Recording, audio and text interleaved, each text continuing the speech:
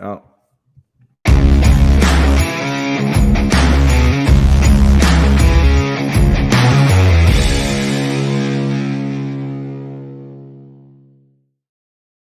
Welcome to Double Fries No Slaw. It is February 27th, the last Sunday in February. We're 2 months through this year already, Richie, but Double Fries No Slaw. How's it going? How's your weekend so far? What's going on?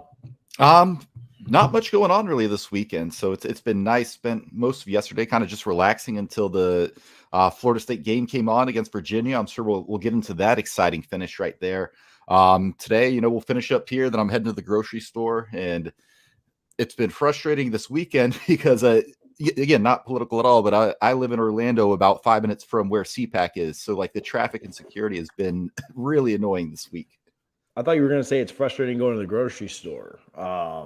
Well, it is. I feel like it's so frustrating doing that too. Police, just because it's literally the Publix we go to is right across the street from Shingle Creek where they're having it at. So it's just been a pain all week. So the grocery store is just frustrating for me because, again, not trying to get political, but like things are more expensive right now. So like I legitimately went to, I spent. This is not like a flex. Like this is not like an expensive buy, but I spent $400 at Costco last week. Like I just wanted to like drive my car into oncoming traffic. Like I was just so like I could not believe that I spent that much. But like we just bought like what we normally buy. So anyway, another topic for another day. But speaking of food, Double Fries No Slaw brought to you by Guthrie's in Tallahassee. You can visit both their locations at 1818 West Tennessee Street and 2550 North Monroe. I told you I was going to go get Guthrie's. I got it while I was up there, but I didn't go by the store. Check this out. I went to the FSU baseball game on Friday. I don't want to put anybody on blast, but FSU, some folks at FSU related to FSU reached out to me and they said like, hey, we want to cater our event at the baseball game with Guthrie's. Can you give us your contact there? And so I gave the contact. Guthrie's hooks them up completely, like 100%, like right. Catered the event. I was going to the event. And so like, they were like, yeah, if it has to do with those Double Fries guys, like we'll take care of them. No big deal. So like I walk in and there's chicken everywhere, fries everywhere. They brought toast. I mean, if you were at the tailgate, they bring a ton of slaw. So shout out to the good folks at Guthrie's for hooking up the event. I didn't even have to go get any. Like they just had it. So I just texted the guy this morning and said, like, dude, thank you for doing that. Thanks for hooking it up. That chicken still slaps. I ate way too much chicken. And you can just, man, when it's just out like that, because I'm not crushing fries. I know that's the name of the show. I'm not crushing fries at an event, but I will continuously. I probably had 10 chicken tenders. That's the problem when it's eating them. Yeah. What's the problem? Like at the Notre Dame tailgate when we had it, typically if I'm going to Guthrie's, I'm getting, a 5-piece at most. I probably had 15 in the hours leading up heading into Doak just because they're sitting there and you can always just grab one more. And they don't always grab, and they don't go bad. Like I wasn't trying to eat a bunch after the game when they'd been sitting out for 12 hours, but after 2-3 hours, they're still really good. Yeah. They had the warmers, dip them in that sauce. So anyway, shout out the good folks at Guthrie's. Go by there if you're in Tallahassee. I was actually talking. I went by. So while I was up there, I went to a good number of sporting events while I was up there. I feel like everybody was in town, minus the men who we'll get to, men's hoops team, who we'll get to in a minute. But everyone else was in town, it felt like. And so I was talking with some of the athletes on the tennis team and telling them to hit Guthrie's today after their match, which again, we'll talk about all that in just a minute. But we'll jump into the show. We'll talk a little bit about what we got going on today. Richie, start us off. Some news came from the city of Tallahassee this week. Will have an impact on Florida State and specifically the football program. But what happened in Tallahassee today?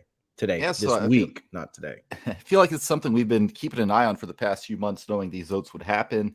The blueprint bill that would it's over $100 million spread out throughout different entities throughout the city of Tallahassee, and $20 million of that will be going to Doak Campbell Stadium for renovations, improvements, etc. Really a hot topic of debate. With the most recent vote before this one wasn't great news. I think it was 7-5, with people thinking that this may end up flipping and not getting the majority vote it needed. But it stayed strong, held at 7-5 again of city commissioners, mayors, etc. So Florida State will get that funding. Some people are upset about it, but again, it's when you think about it, Tallahassee, Doak Campbell Stadium is the premier venue for a lot of events. So you definitely want that to be, up to the standards that it needs to. So obviously we're Florida State fans. We're happy to take, $20 million of, Gators and Canes taxpayer dollars. But I do think it was needed. And, I can't get into the details of it because I don't understand how the vote happened, what they're voting on, et cetera. I just know it passed in favor of Florida State. I'm sure you saw that. I know you guys have been keeping an eye on that in the spaces as well. Yeah, for sure. At the end of the day, I mean, people are going to be divided on everything in this country, whether it's, obviously politics, but everything down to like the price of chicken and how much wings are now. So, you're not going to have a massive vote like in the city and people not be divided about it. But at the end of the day, it passed. And so whether you were for or against it, I don't live in the city of Tallahassee, so it's hard for me to say that I was super for or against anything. At the end of the day, Florida State is going to be able to use the money to renovate Doak and it be very structural, needed type things. This is not like for luxury suites or, to put in any kind of luxury type thing, right? Like it's 100% for structural improvements. Yeah, they're not getting a bigger jumbotron or anything like that. Yeah. So a needed money, needed. And I understand if you're kind of on the other side of it and thought that it shouldn't have gone them, that's totally fine. But at the end of the day, it is, and so good for Florida State and good. It'll benefit the football program and those that go to games at Doak Campbell. So. That's really all I would say about that. So yeah, it's not the first time. Too many of you. No, it's not the first time we've done something like this, right? A lot of the classrooms. I was a communications minor, and a lot of the classrooms around that are inside Doak Campbell Stadium were funded from taxpayer dollars many years ago. But again, that was for actual education. Some people were upset because they just want to make the football stadium look nicer. Well, that was part of it, but the real thing was for classrooms, which any student at Florida State can tell you that there's never a oversupply of space when it comes to campus as far as classrooms and all that stuff goes. So end of the day, happy it got done. And like you said, people are going to be upset, which is fine. Again, we're not Tallahassee residents, so hard to get too happy, too upset either way. So what I also heard and what I saw me and different people talking about was Chris at 247 was that this similar thing happened for FAMU, and other stadiums in the city and stuff. And so once that kind of can of worms got opened up, this was a sure thing to kind of go through for FSU. Yeah. So anyway, all right, moving on from that, spring practice begins March 5th. So next Saturday, it's coming quickly. I can't believe it's going to be March 5th already, like within a week, but that's what happens when you only have 28 days in a month. February always flies by. I feel like January is the longest month, probably because we do the whole 30 every January, but February always feels like, wait, we just started February last week. Like, how is it already over? Spring practice begins within a week. I saw some schools, Mizzou started spring practice yesterday, so a little bit early. So it's definitely that time of the year. It's exciting for sure. It's something that we all look forward to. What are the biggest question marks for you within just on the team in general, right? Whether that be a position group, hopefully not like a side of the ball or the schedule. What's like the biggest question mark for you heading into spring? Like, what do you want to kind of see or know about? Yeah, I mean, there's several things to keep an eye on. Obviously, spring football is typically, the most exciting thing is when there's a quarterback battle, right? We don't have that this year, but I think just as important is to see what develops behind Jordan Travis. Obviously you have Tate Rodemaker and AJ Duffy in there now. You need a capable backup. And from what we saw from Rodemaker last year, he wasn't that guy. Can he take those step forwards? Getting what I assume will be most of the second team reps now, so he's not kind of buried in the depth chart like he was last year. So seeing if he can take that step, and Mike Norvell needs to see, is he capable, or do I need to start preparing Duffy with the twos in case Travis does go down? Just the way he plays, it's hard to see him, not missing a series the entire season. So I'm really interested to see what that looks like. And related, the passing game as a whole. We have all these transfers coming in, and we'll talk newcomers in a second. But it's going to be interesting. And it's spring ball is tough because once you really start getting your timing down, you get on the same page as your receivers, spring ball's over, right? Yeah. So that continues into summer. But, seeing what some of these new guys look like. But if Florida State can develop a passing game and have a capable backup, I think that'll do wonders for the offense. So that's kind of what I'm looking at right now. Yeah, I think the biggest thing for me right now is the wide receiver room, just because there was so much added there. I was talking with Josh the other day. What if I told you that the position group that there was the most certainty around on the offensive side of the ball would be the offensive line? You probably called me crazy 2 years ago, but I do think that I feel really good about the offensive line. Some of the transfers they've brought in, but running back's a question with Jay Sean leaving.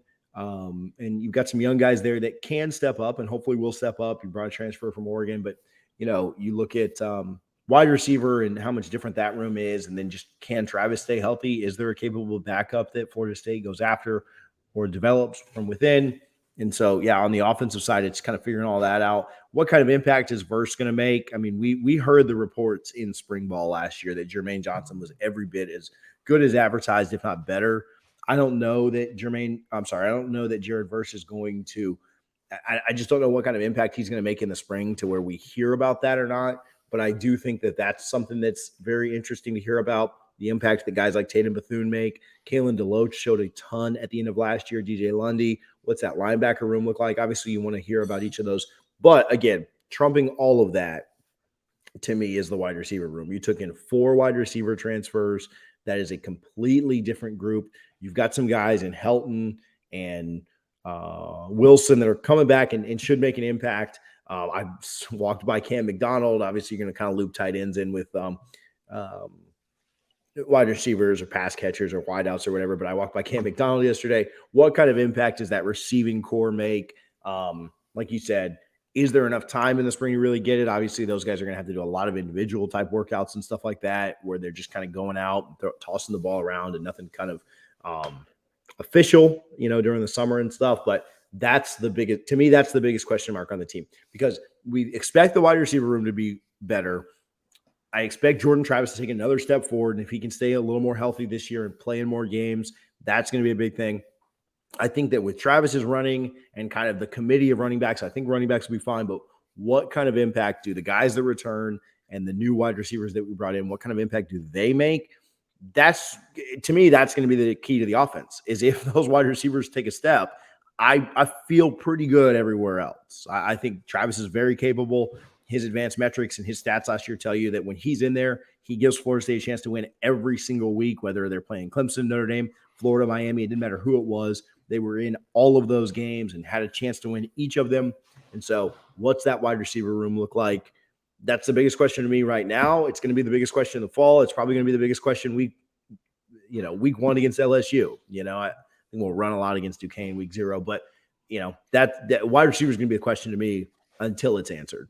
Yeah, and I think one thing that's really beneficial this year, for the first time since probably 2017 with DeAndre Francois, there's not, an open quarterback battle, right? Who your starter is going to the season. They didn't bring someone else in to come in and compete in the spring. So I think having one quarterback taking all the reps with the first team is going to help those receivers kind of grow with that continuity, as opposed to previous years. You're splitting between whether it's Francois and Blackman, Milton and Travis,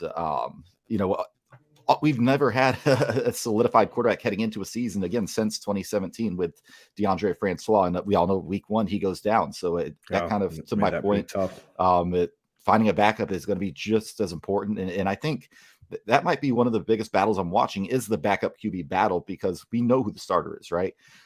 You mentioned linebackers. That's going to be interesting. Brennan Gant to Florida State announced is moving to linebacker. Dennis Briggs is moving to defensive end. Interested to see how that works out, because Gant, obviously, he's a freak athlete. It's just finding a place for him on the field with a skill set, and this might be a kind of it for him. See if linebacker works out. If not, he may be a portal candidate. We'll see at the end of spring and see if he wants a new place. But obviously the hope is with Bethune coming in, Dix coming back, Lundy, Dix, we need to see something out of him as well. So the linebackers, that you feel okay about the bodies, but you got to see it come together. So Randy Shannon, he'll have his hands full there.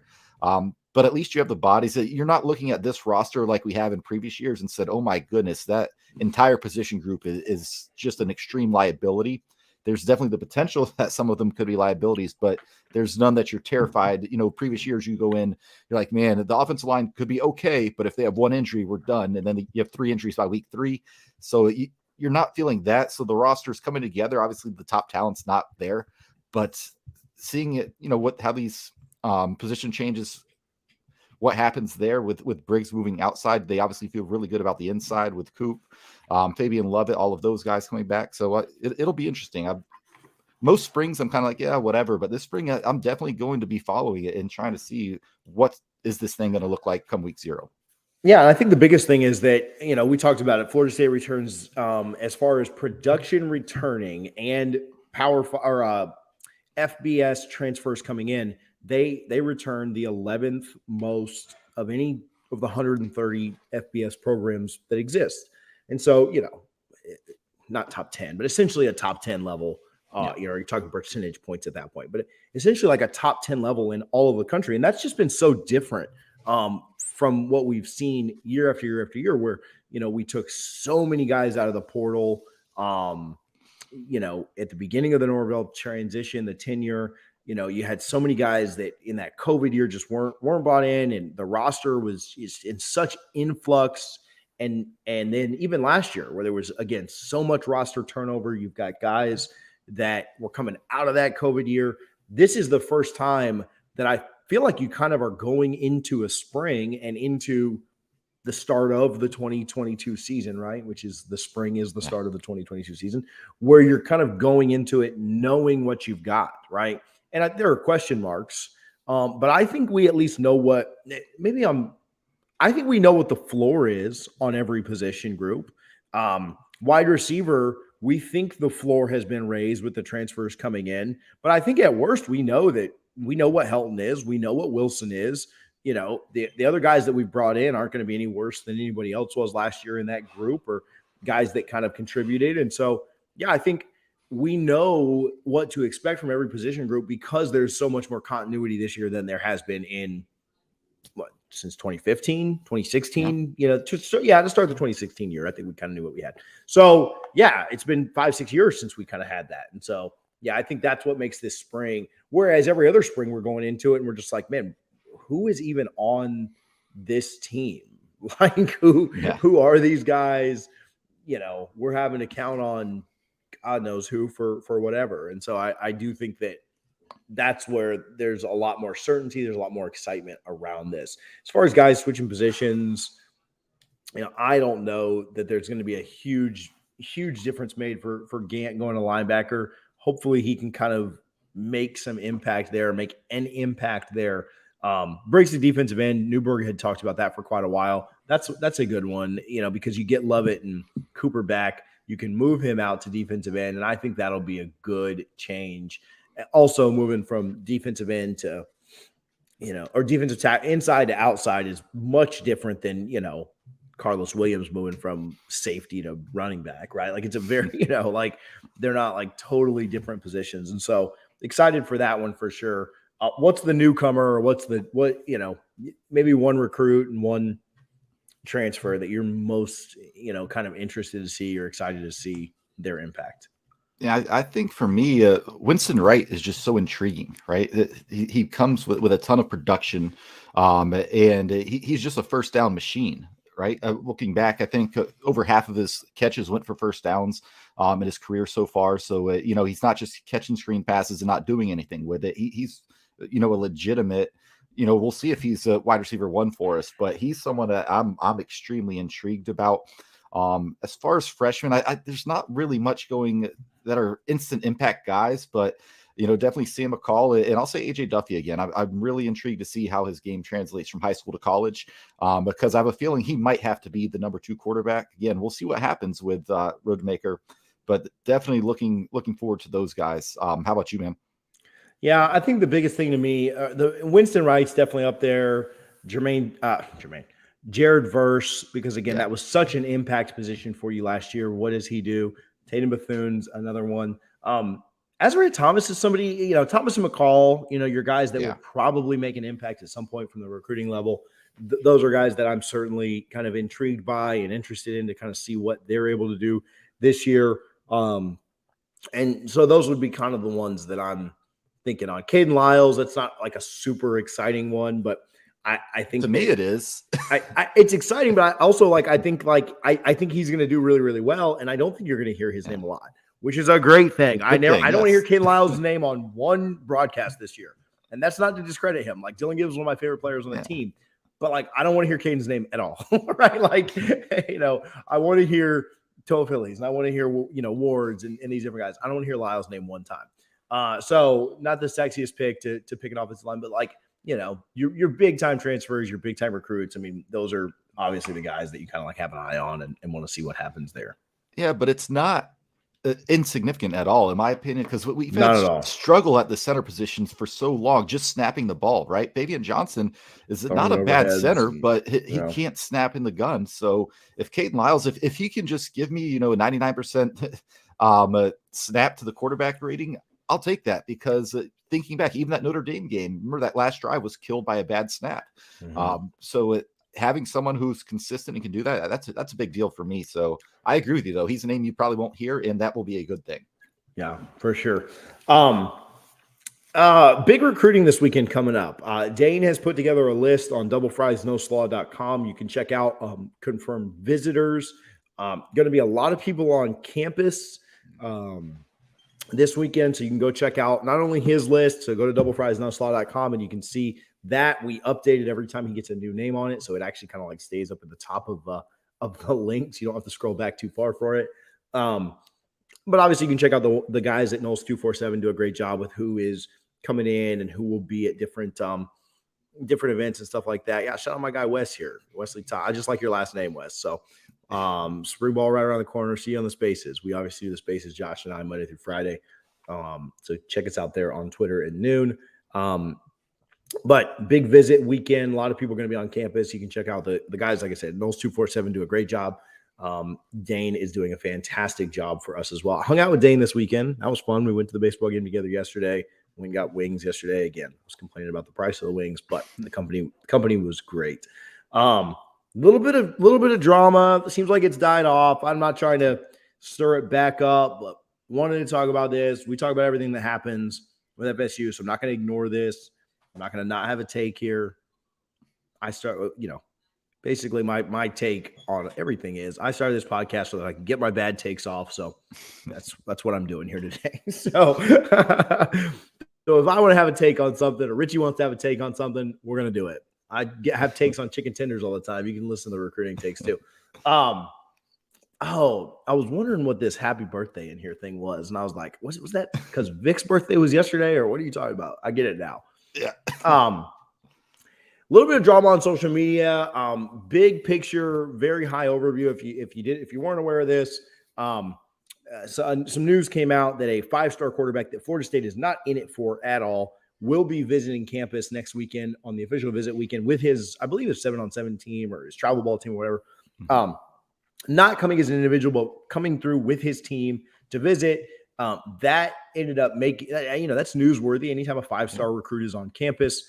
Our current quarterback commit, Chris Parson, seemed to take a little bit of issue with that, ended up removing FSU football out of his bio. It's back now. I don't think we have a decommit situation coming on. He posted on his Instagram the video of, Leo DiCaprio and Wolf of Wall Street with "I'm not effing leaving" and stuff like that with a little, kebab emoji or whatever. So again, if you weren't aware of any of that or you didn't know about any of that, I don't think there's a bunch of drama like, oh, man, you may decommit or anything like that. But Richie, I've got a take on this. And if you want me to go first, I certainly will. If not, if you want to kind of give your take on it, but I don't know how much you want to say or not, or how much you want me to say or not, but I kind of have what I'm going to say. But do you want to kind of give a take here? You want me to go first, or what do you want to do here?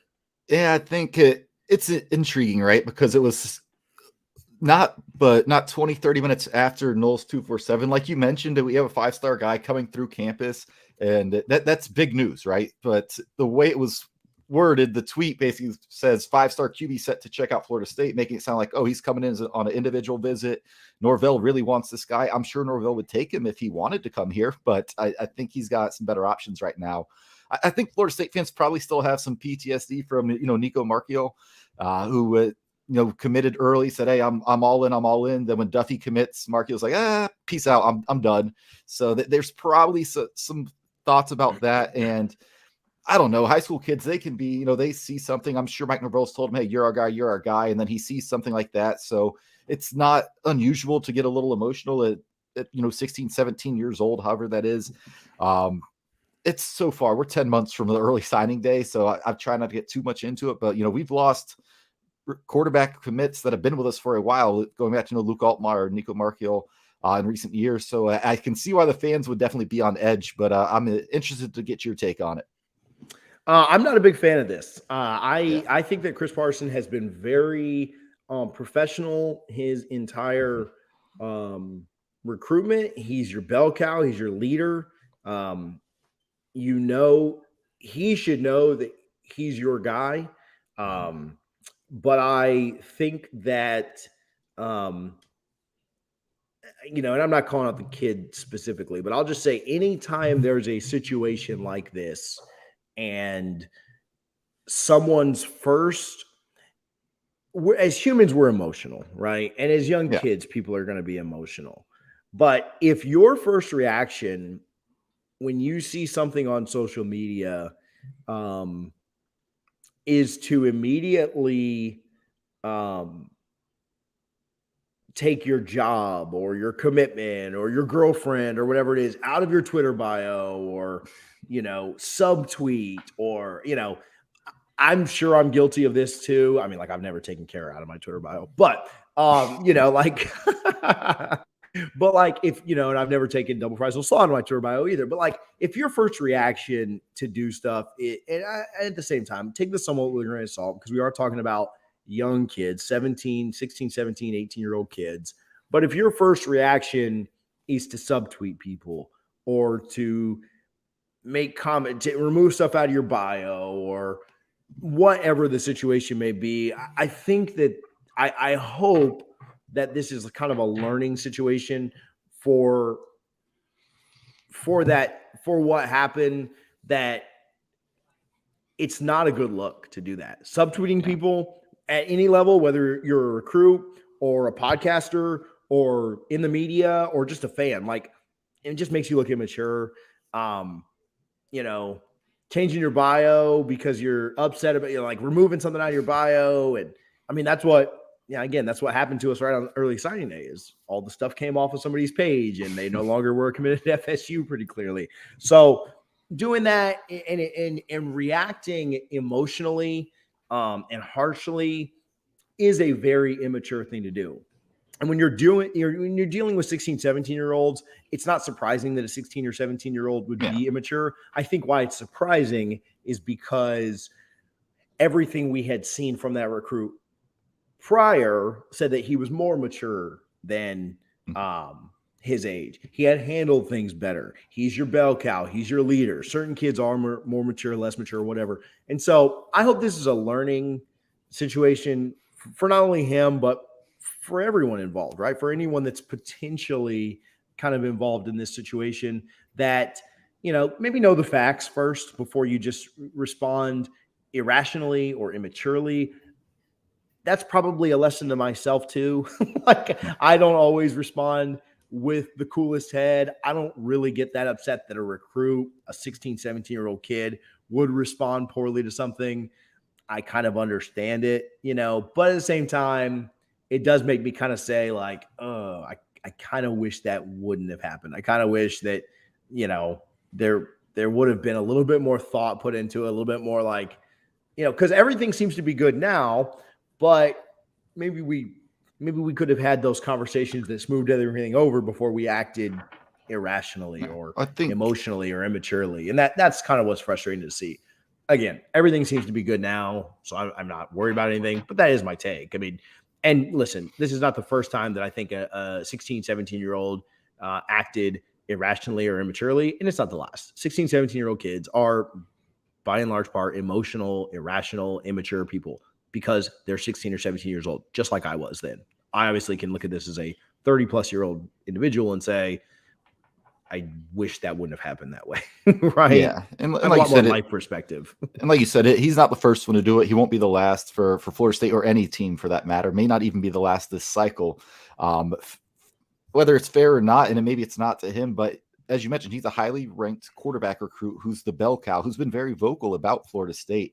So my concern is, man, what do the other commits think when they see something like that? Because I'm sure he's in the group chat. I guess the only thing I would hope that he would have, him and Mike Norvell have had a long relationship. I hope he would have been able to, send him a text or call him and say, hey, what's up with this? Here's what you've been telling me. What's going on here? And Norvell could have said, oh, listen, he's coming in with a team. He's not even, on our board right now. He's just we haven't even offered the kid on the team. Yeah. So, right. It could have been handled differently. Hopefully, like you said, things are smoothed over and a learning lesson. Not everyone's going to be a Derwin James who gets a Florida State tattoo at 16 years old and never wavers. But again, because the thing is, if this was a 3-star, linebacker who did that, the fan base probably doesn't care. But it's because they're really excited about this kid, in the hopes that what he can do in Tallahassee. They think that got people really freaking out because I didn't even know what was going on. I was scrolling the timeline whatever day that happened and saw a bunch of people talking about Parsons. I'm like, what's going on with that? And then there's blaming like the whole game day, and they're blaming 247 for making this happen. They just always someone to blame, fault, right? Yeah, I had no clue. I was driving. Yeah, I was driving to Tallahassee. I get to Tallahassee. I went by Sinone's house to drink a little bourbon, and he's like, hey, guess what happened at work today? And I was like, I figured it was something with Newberg or something. And he was just like, no. I was like, what did Josh do? He was like, oh, no, it wasn't Josh, So anyway, no, I had no clue either. Then I opened up Twitter and I have like 8 DMs, like, what's up? And I was like, I've been on the road all day, man. Like, I can't answer your questions. But anyway, seems to be a little bit better. All right. Also on recruiting, and then we got another shout out we're going to get to now. What do you think about these happy birthdays these people are wishing recruits? So I saw the Florida video, then the Florida State one, then Oregon did something. Just give me your take here. So I did see the Florida one. I didn't see Oregon. And again, I wasn't very active yesterday on the timeline, but then I start seeing people talking about the birthday cake and like coaches being held hostage and stuff. And so eventually I come across the video of Mike Norvell and the staff singing happy birthday with a pink princess looking cake. And I don't hate the idea of doing something. And for Florida State, the communications, sports information have been really good about putting out video content and things like this. This just looks second rate. Like you can hear the guy say go in the video that's posted where they just kind of scrambled. They probably ran to like one of the cafeterias on campus and said, hey, I need a cake. I don't know if this is a reaction to seeing other people doing it. Again, I don't hate the idea because, we just talked about how emotional 16, 17-year-olds can be. They love stuff like this, I'm sure. When you have a head football coach at a major university singing you happy birthday. I hate to say it, Florida's was pretty well done, I thought. But this Florida State one looks last minute like they were trying to come up with a response. I don't know. It's not going to land or lose you any recruits, but I just thought it could have been better done. But I will say Adam Fuller, that's the most emotional I've seen Adam Fuller. Look, he was very enthusiastic in that. No, he got pretty emotional after some of those Jermaine sacks last year. That's true. Give my man a little bit of a break. No, I thought all of it was goofy. I thought Florida's video was better than Florida State's. Like, I'm not going to argue that. Like, Florida State's did look like, I don't know. Florida, but I just think it's all goofy. Like, Nick Saban ain't doing this crap. No. Like, Nick Saban ain't doing this. That was Kirby Brian Smart's Kelly level cringe. Yeah. Kirby Smart's not doing it. Even the Florida one, like that I thought was like put together well. Mm-hmm. You're waving pom-poms at a 5-star recruit that's probably not going to pick your school anyway. Yeah.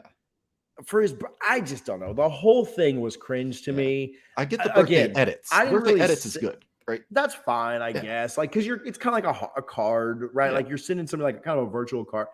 The video, you're waving pom-poms at this 16, 17-year-old kid. Like, I don't know. Again, if the recruits like it, I mean, that's one thing. But again, I don't see Nick Saban doing this stuff. No. You know what I'm saying? Like, I don't see Kirby Smart doing this. Jimbo ain't doing this stuff. even corny freaking Dabo's not doing this. Could stuff. you Ryan imagine Day's not Jimbo doing this something stuff. like that? If someone came up to Jimbo and said, "Hey, we need you to do this," this sounds like a Dabo thing. This sounds like a corny ass Dabo thing, and he's not even doing this junk. Yeah. So I don't know. I thought it was. I don't like it anyway. I don't like any of it. Yeah. I think recruiting's.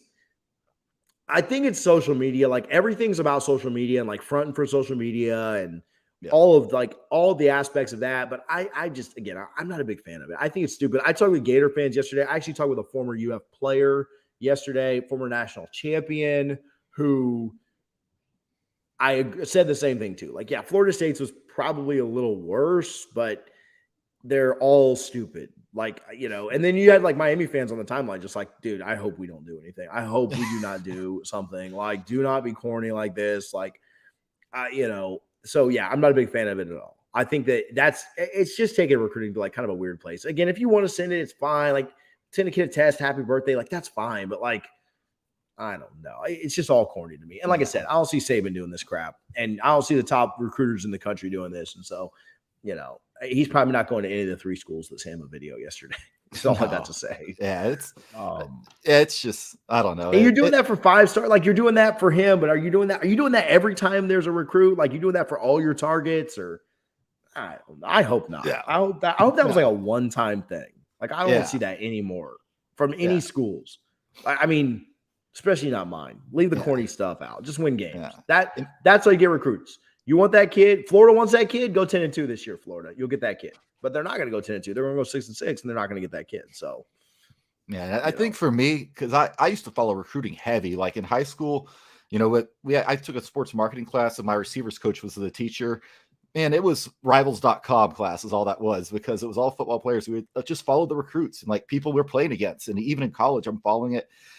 I'm back to following it, not super closely, but I don't know. I'm 34 years old now, so I'm almost twice the age of all these recruits. I couldn't imagine singing happy birthday to someone who's, again, not even a commit, right? It'd be one thing if it was a commit. Even then, it's still pretty cringy. But to a kid that, probably doesn't have you in your top 3, I don't know about that. Again, and we talked about, like, I do think the Florida video. Okay, so here's a question. Let me spin this for FSU.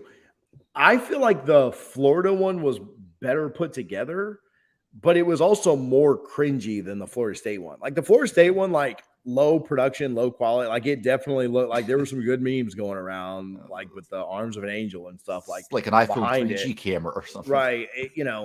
The Florida State one was less, at least to me, it was like less cringy. Like the Florida one, like they put on a full on production and they had video editors and they're waving pom-poms at this kid. And I'm just like, that to me, like, I don't know, they all have their like, but I'm not a fan of any of it. I think it's all stupid. I wouldn't do any of that crap. Like I just let all that go.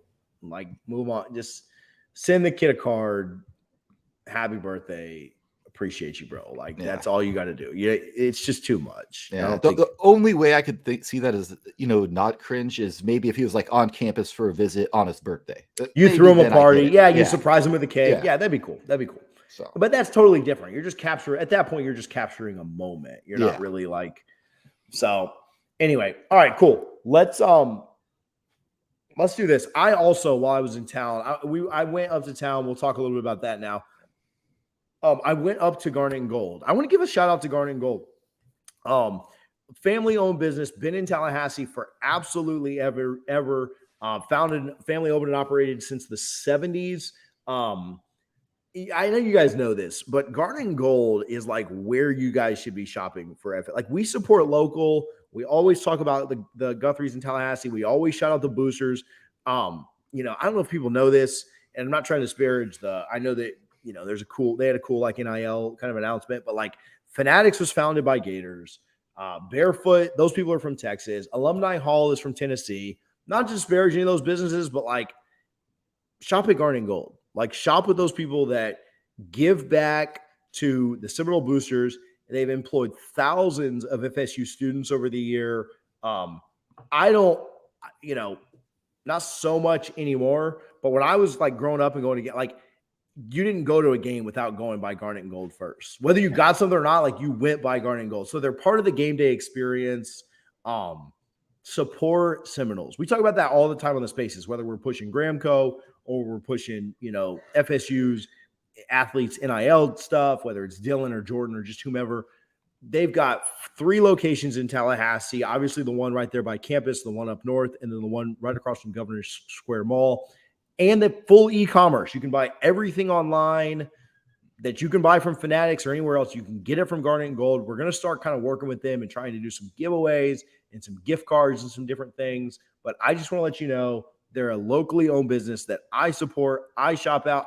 We get stuff for my kids there all the time. Like every time I go to Tallahassee's Cares, like, don't kill the Garnet and Gold like on your credit card. Like, get them something, which you don't have to spend hundreds of dollars there. And I'm like, I kind of do. Like, all the kids need stuff. So anyway, support Garnet and Gold, support Seminoles, support people that give back to FSU, trying to shop at like the Gator-owned businesses. Like, what are you doing? Like, I understand, but go through Garnet and Gold. Their support, they are supporters of FSU, and so wanted to shout them out because I went by there this weekend. Richie, you shopped at Garnet and Gold quite a bit over your life. I'm sure you spent way too much money there. And my wife's an Alabama fan, but anytime we go to Tallahassee, that's the first place she wants to go because she wants to get a new shirt for every game or whatever. There's a vibe there too. Like, it's cool on game days, man. Like, obviously in the off season it's a little different, but like on game days, Garnet and Gold is where it's at. Yeah, it is. And listen, you're not saving any money by going to Fanatics or anything like that. Go to Garnet Gold. Like TJ said, they can ship it out to you. We're not in season, so you don't need it the next day, but I'm sure they could do that if you want it. They're still recovering. Just imagine how bad that they were hit during the pandemic with limited capacity and having to shut down for so long. So they stayed on their feet and made it through it, which a lot of small businesses did not. And it's with the support of Florida State community. So definitely go online, check it out. If you're in Tallahassee, go to the store. That's the only place I'll buy Florida State gear from, unless I'm, randomly see something like at the PGA Superstore, like an FSU logo or polo that I can't find anywhere. But if 99% of what I buy Florida State is always going to be from Garnet and Gold. Yeah. Shout out Mike. Garnet and Gold is awesome. That's who I shop with, in-store and online only. Yeah, I mean, I understand people that like penny pinch and like, oh, I can get this for $2 cheaper at Fanatics or this, that, and the other. But like, there's stuff that Garnet and Gold has cheaper. If you just shop with them all the time, it's all going to kind of even out. They're very competitive as well. Like, their stuff's not. And I love their selection for like, okay, so if you're like me and you're washed and you've got kids, I love their selection for kids. They've always got stuff that I can get from no matter the sizes, newborn all the way up to, got a 3.5-year-old and a 1.5-year-old now. So like, that's just, I mean, I don't even buy stuff for myself anymore. I just buy stuff for the kids. But last time I was up there, I got a dog harness for. I was going to say, I knew you were going to get like a dog. But they have. I was for real though, because people. TJ, some people do like pets, and they actually have a really good pet selection too. So I'll throw that out there as well. They do. It's like a whole, like, there was like that front room. They got a bunch of stuff for their pets. So anyway, good stuff. Shout out Garnet and Gold. All right, let's talk a little bit about yesterday, Friday and Saturday. Yeah, see, Carol knows too here. Shout out Garnet and Gold's the best. Let's do basketball first, and then we'll kind of go around the horn with the weekend. Rough trip to BC. We'll just kind of skip right over that and we'll talk about it. But obviously, by now the UVA game, absolute thriller. Matthew Cleveland with a 35-foot prayer that is answered for the Noles to beat Virginia yesterday at the buzzer. I didn't see any of the game. I was actually at the baseball game while it was going on, and then I was driving back to drop Dane off. I hung out with Dane a little bit. But man, I'm sure you watched the game. Give us a little recap, and then thoughts on the buzzer beater. Yeah, a rough start to the game. Virginia got out to a pretty good lead, and towards the end of the first half, Florida State started to close it a little bit, but Virginia did take a 5-point lead. 11 minutes left in the game. Florida State's down 11. Actually, with 3:27 in the game, they were down 10, 56-46, and just went on an absolute tear. But you've all seen the shot by now, right? Harrison Prieto finds Matthew Cleveland for a catch, quick turn and shoot, catches it, lands, gets the shot off with less than a second. Noles win on the buzzer. Just a really gritty game. Matthew Cleveland, really coming around. He's averaged 16 points in the 3-game road trip. He had 16 at Duke, 18 at BC, or he's averaged 18, and he had 20 yesterday. So really nice, consistent road stretch for Matthew Cleveland. Obviously, the shot heard around the world yesterday. Virginia's got to be sick of us going into that building. I saw a video early today that showed the one from Ian Miller, I think in 2010 at the buzzer, the Dwayne Bacon one, and now this one. Great win for the team, and surprising. I didn't think they would. I bet Virginia first half at 4.5, and they covered. And then at halftime, I actually bet Florida State plus 10.5, and that hit easily. So nice. I've been making some money off this team these past few games. And it was nice to have that second one, hit on a positive note. And it makes me wish I'd taken Florida State money line at halftime, because that would have been a nice payout right there. Sheesh. Yeah, no, I mean, shout out to the team. I mean, they've been decimated with injuries. Yeah. They just aren't, the team, I'm not going to sugarcoat anything. The team is just not as strong this year as they have been in years past, even at full strength. And, just a couple games left in the season. Don't anticipate them going on a run in the ACC and making the tournament, but obviously anything's kind of possible. But they certainly could have kind of mailed it in with how many guys are, out, being down late on the road against a team that is fighting for a spot in the they tournament. May not be anymore. May have just kind of, as the announcer said, stuck a spear through that, but or a stake, I think he said, but I'll edit it and make it a little more FSU. But shout out to the team for continuing to fight. They really make you proud that,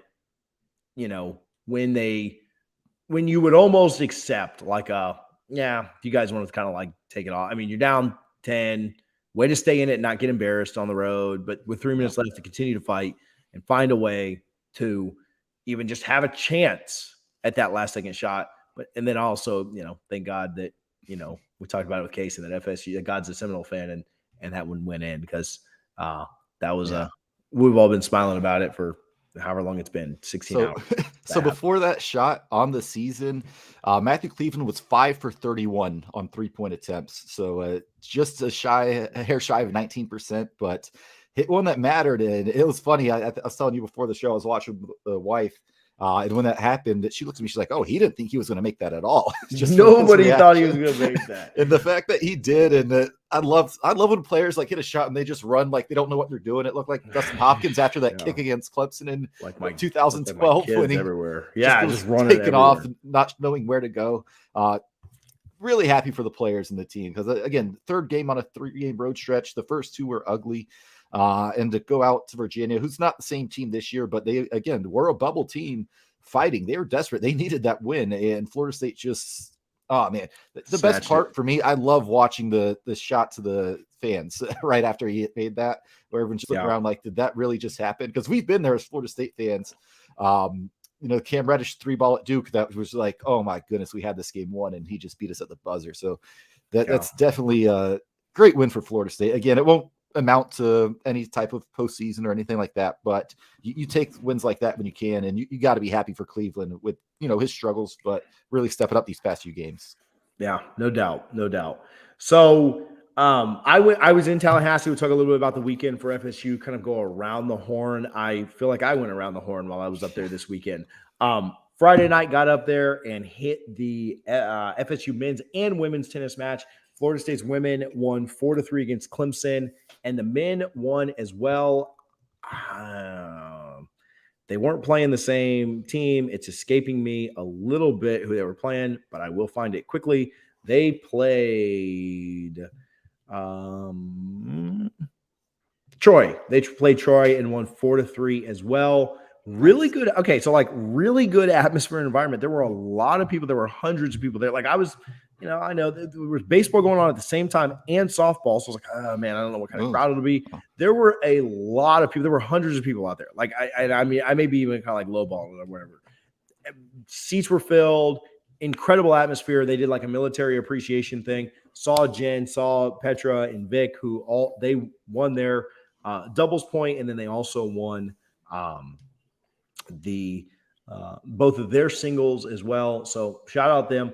I then went softball won their games on Friday. They went 2-0. I then went over to the baseball game. Baseball won 7-0 on Friday night. Had a ton of fun. Like I said, Guthrie's took care of some stuff over there at the baseball game where I was watching it. Saturday, got up, saw that beach volleyball went 2-0. They defeated a top 10 team 5-0. Beach volleyball actually starts here at 1 p.m. today. Walked over to the softball match, watched that for a few minutes. Shout out Josie Muffley, who made an incredible play last year, but made another incredible play. She had a triple in the bottom of the sixth that ended up being the game-tying run. Florida State was down to their last few outs, I guess, in the sixth inning. She had a triple to lead off the sixth that got Florida State back in the game, ended up scoring the game-tying run, and then had a diving backwards catch to end the game as a walk-off just before Matthew Cleveland hit his game winner to end that as a walk-off. So I saw both of those plays made the SportsCenter top 10, and Cleveland was actually number 1. So really cool to see both two make it. FSU athletes. I didn't know if they both made it or not, so that's awesome. I was saying that they were both two SportsCenter top 10 worthy plays. I didn't catch SportsCenter today to know if they did, but that's awesome. That's really good because both those plays were phenomenal. Yeah. His play was, I get it. It's the game winner. Like even if she doesn't catch it, we could probably just strike out the next person or whatever. But her play was, to me, like athletically more impressive than it. Like you got to go check it out if you haven't. It's on our page. We shared it. It's obviously on the FSU softball page as well. They won their second game as well to get to 15-0. Baseball won 7-1. Everybody's playing right now. Beach volleyball's playing right now. Trey Cunningham, who we had on last week, got another ACC championship, broke some records. So really, really good weekend for FSU. Swimming and diving's playing right now. I see that they've got a couple of bronze medals that they've taken right now, third place type stuff. So really, really good stuff for FSU. You can check out doublefriesnoslaw.com for a daily and weekly recap from Mike Ferguson, who recaps all FSU athletics, tells you what's going on with everybody. Like I said, women's tennis is playing right now. Softball has the day off after playing 4 games in 2 days, but baseball's playing here in about 20 minutes. Women's basketball finishes up their season with their last game today on the road, I think at Pitt. And then beach volleyball has a matchup against number 13 FAU, and then they play Tampa later today. So ton of stuff going on with FSU. I know that we're out of football season, but that, spring sports are in complete full swing. Oh, golf was playing. Speaking of swing, golf was playing as well while we were up there. I didn't make it out to any golf stuff just because it's so far off. It's not that far off campus, but just because it's off campus and you can't walk to it. But speaking of golf, you've got an update for us as well. Yeah, we got a couple Noles playing down in the Honda Classic at PGA National, famous for the bear trap. But Daniel Berger, I don't want to jinx him, but he has a massive lead. You don't see PGA pros having a 5-stroke lead heading into Sunday. Rarely, you'd have to go back to Tiger's heyday for that, but that's where Berger's at. He's got he's 11 under, 5-stroke lead ahead of Shane Lowry, who he'll tee off with at 1:30, so at 1:35, so just under an hour from now. And Koepka didn't have a great week so far, but quietly at 14, 2 under through 6 holes today, so he has a potential for a top 10 finish. But yeah, Daniel Berger, he's at minus 450 to win, which is ridiculous for any individual on a Sunday. But I put an article up on Double Fries No Slaw. You could read about the bear trap, just how difficult that closing stretch is, how many balls are lost, and how high those scores can get. So as long as Berger can, hold on 1 through 14 and then survive the bear trap, he should win his 5th PGA event today. So love seeing Noles have success in the pros. Cool. Yeah, that's awesome. Like I said, Richie put an article up on doublefriesnoslaw.com. You can keep updated there. If he wins, you got to do a recap, like a winning for article sure. too. Yeah, so for sure. Might as well start drafting that up. I don't mind jinxing. Oh, yeah. Shout outs. You got anything before we get out of here? Not today. Shout out Garnet Gold. Again, the local business. And I got a nice blue basketball shirt from them, or the turquoise one, which I've been wanting. So I'm really excited to finally pick that up. Yeah, no doubt. Shout out. I saw and chatted with Jen Hyde a little bit this weekend, head coach of the FSU women's tennis team. They're obviously competing right now against Georgia Tech. Always great catching up with her. We talked a little bit about the team, just a little bit about FSU in general. So great catching up with her. Vic Allen, who was our intern and plays for them, was on here last week. Her birthday was yesterday, so shout out Vic. And then I hung out with Harlan and Dane. Harlan's not with us today. Had to go to Jacksonville for a work-related thing, but hung out with Harlan this weekend, hung out with Dane this weekend. So good stuff. I saw expensive chicken wings, right? Buddy, I don't even talk about the price of chicken these days. So I saw you post that. That was fun. I went to get Uber Eats yesterday. 10 wings, like $17 anywhere. It's ridiculous. And then you need to tip the service fee. So we've had to it's like stop doing Uber Eats. $30 wings. Yeah. Yeah, no. I can't Uber Eats anymore. I don't make enough money for that. I have too many kids for that. Yeah, So, especially you. But anyway, shout out. I had a good time in Tallahassee. Saw a lot of people, shout out.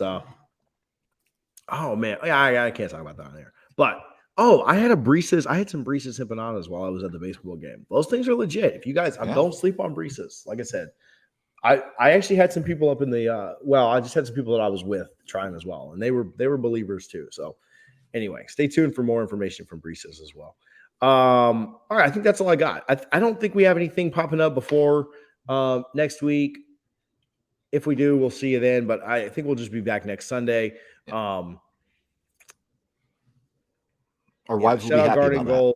Shout out Garden Gold. Shout out FSU. All the success they had this weekend. Hopefully it continues. We will see you guys next week. Until then, go Noles.